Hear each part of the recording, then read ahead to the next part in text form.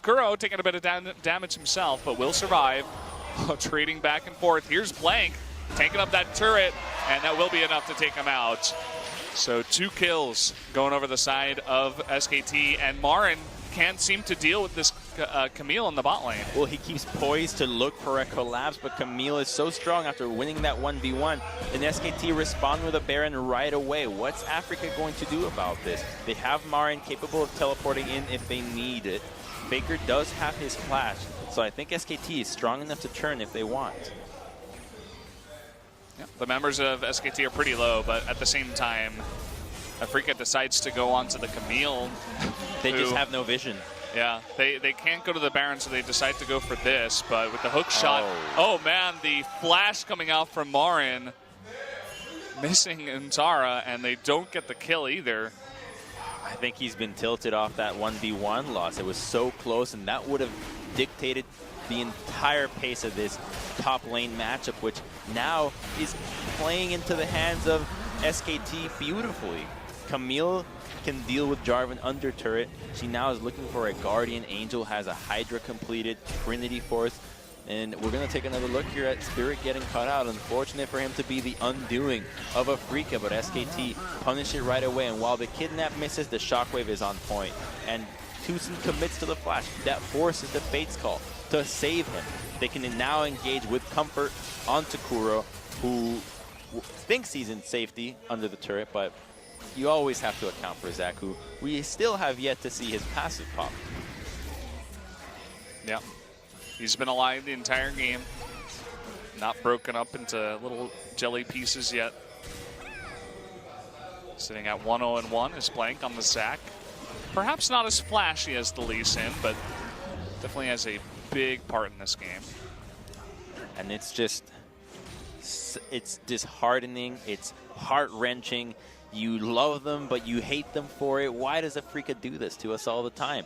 Game 1, they come out swinging, but they just drop the ball in draft in a couple of moments. Then game 3, it just looks all over the place. Here comes an engage onto Faker, it seems, and he just walks away to the right. Yeah, we even have a TP from Marin. They want to collapse hardcore. No TP from Intara just yet. They have a lot of wards that he could TP to. Trying to get onto Marin here is Blank. There's the TP in from Intara. Will cancel it.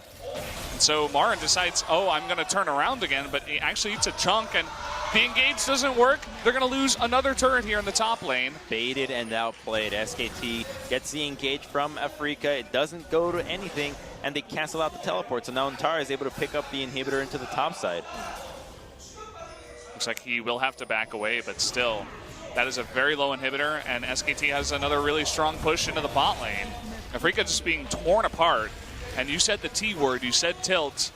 It's looking a little bit like it. It's lack of consistency, and it seems like they've just fallen apart into the mid game, and SKT just doing SKT things. 2 inhibitors going down, and I have to think that the big turning point for this game was when they went for the Abyssal Voyage dive onto the bottom side, where Kuro left the mid lane and lost control, and once that mid lane turret went down, it was all over.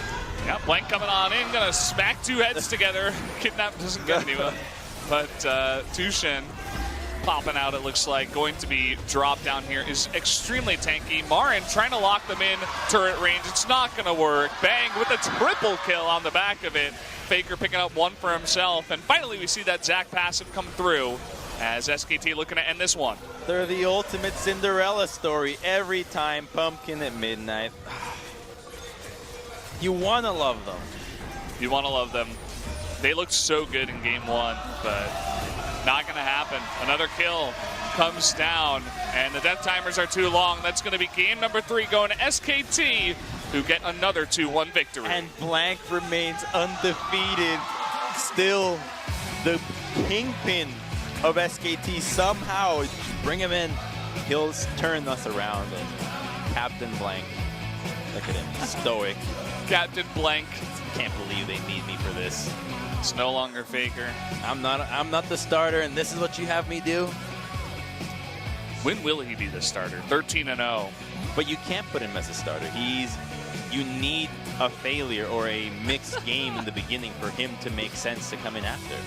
Otherwise, it takes away from the charm. A failure is not one of the nicknames I would give to Peanut. Well, I know what you're trying to say. I know what you're trying to say.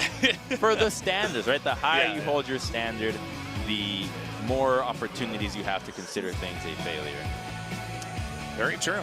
That game of Lee Sin in the beginning was not so good, not so clean. And you definitely say the same about the last half of that game for Afrika. They kept things together, and they actually got a lead up until more than halfway through that game. And then all of a sudden, a couple of failed ganks, and everything falls apart. Like a house of cards. Someone blew one card over, and everything just fell.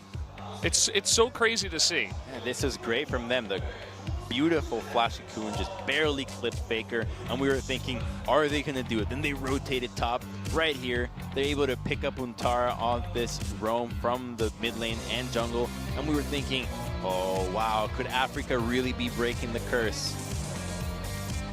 But no.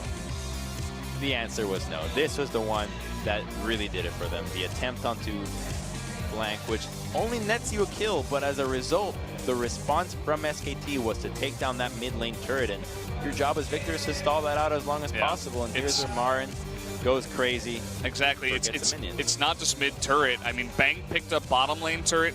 The SKT gets mid, and then this top loss, and they lose the top turret. That's 3 turrets in a row that went to SKT. That was really the beginning of the end.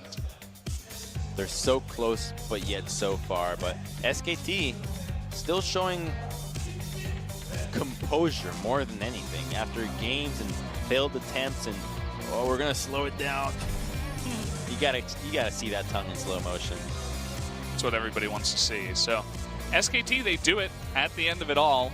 Game 1 was kind of scary for a lot of SKT fans, but then once Blank came in, the guy who just can't seem to lose, things did turn around for SKT.